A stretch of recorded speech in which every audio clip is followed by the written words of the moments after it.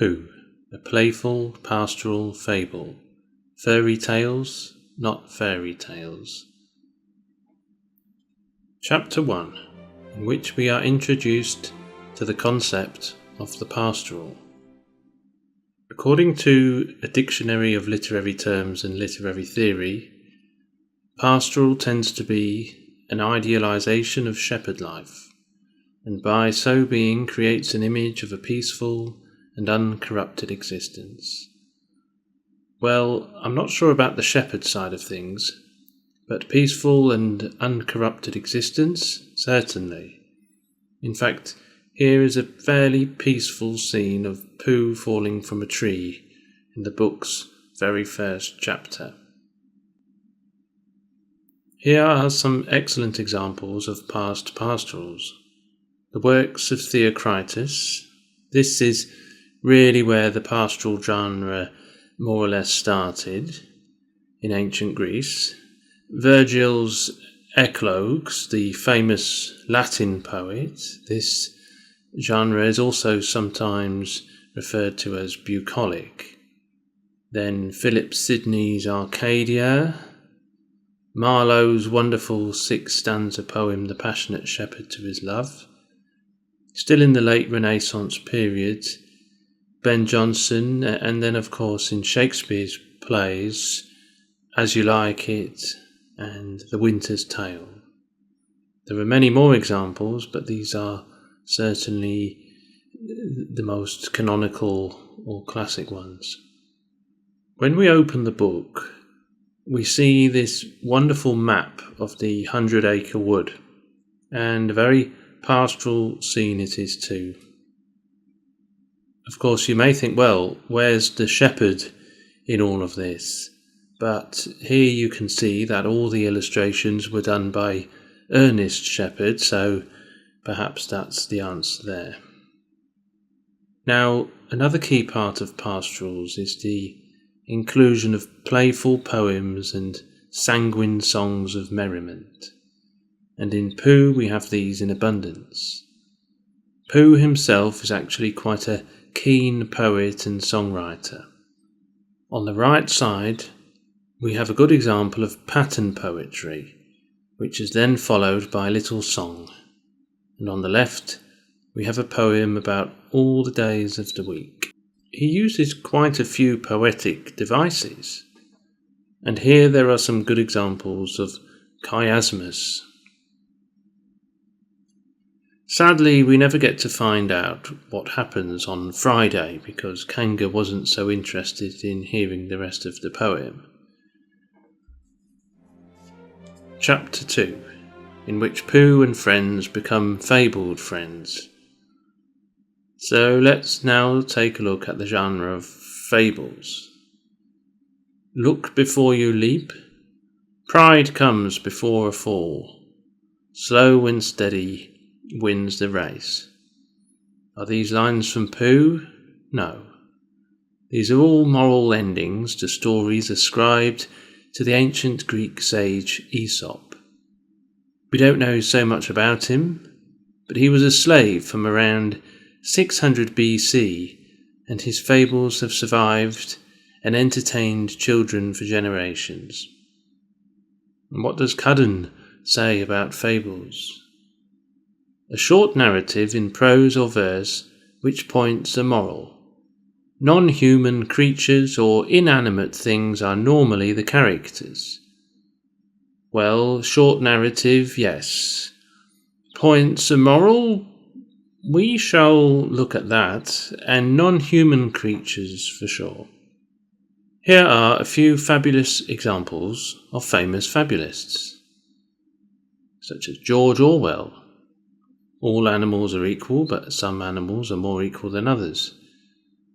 Kipling, Marie de France, and John Gay, bridging our gap between medieval poetry and 20th century prose. If we go looking for examples of morals, then chapter 7 is a good place to look. It's a rather dark chapter actually. One could say it's even bordering on xenophobia. Pooh, Piglet and Rabbit notice two new animals, Kanga and Baby Roo, who are playing in the sandy pit. And at one point, Pooh says, "We'll tell you where Baby Roo is if you promise to go away from the forest and never come back." Their plan is to capture Baby Roo and offer him as a ransom, provided Kanga leaves. Well, in the end, Kanga rather outwits the others, and also shows some good sense of humour, and as always they end up being good friends. So, although we don't end with an Aesopic moral phrase, there are some morals for each chapter, and each chapter is in fact a separate little story. The simple moral here in this chapter is perhaps not to be afraid of newcomers, nor to assume yourself to be more intelligent than they. We also have the sense of the idyllic pastoral landscape and the threat of the newcomer from the outside. So we have short narratives. We have some simplistic morals, albeit not particularly serious nor didactic in nature, and non-human creatures as characters. Let's look briefly at the characters who perhaps do mirror the typical style of character one would expect from a fable. First we have Pooh, who is the everyman type.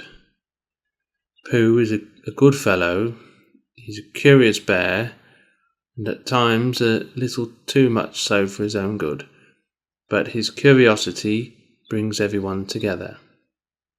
And finally, he appreciates the simple things in life and knows his own limitations. Then there is Piglet.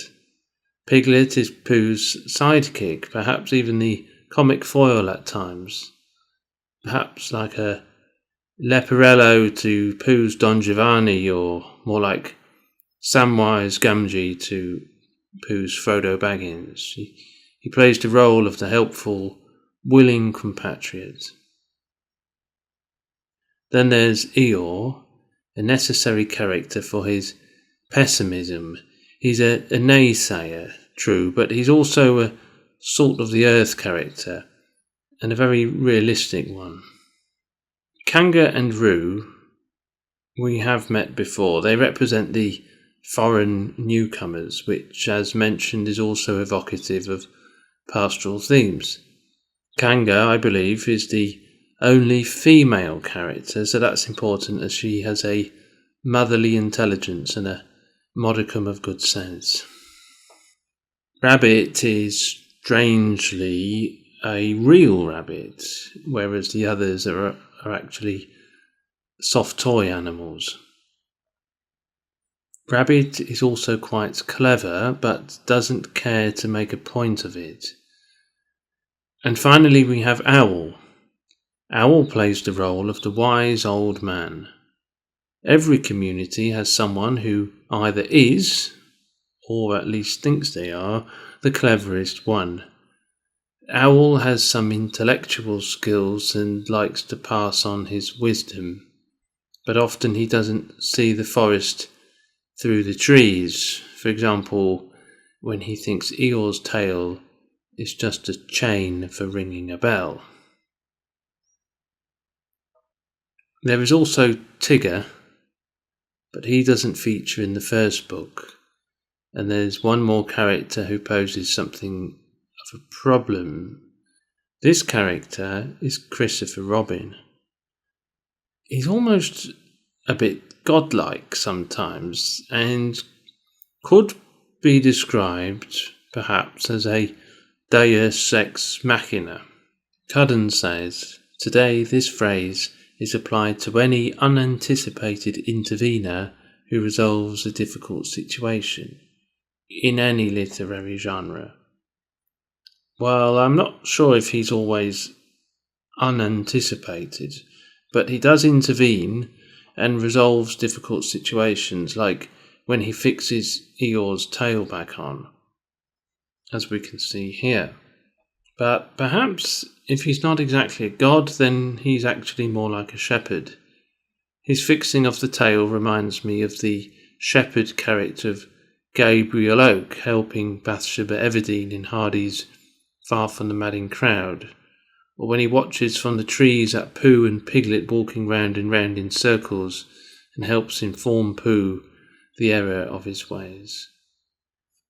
So, to draw on some sort of poetic conclusion to all this, it is not exactly a fable, nor perhaps a perfect example of a pastoral, but it has many themes of both, and if we view Christopher Robin as basically a shepherd, then it could very well belong to the literary genre of pastoral after all.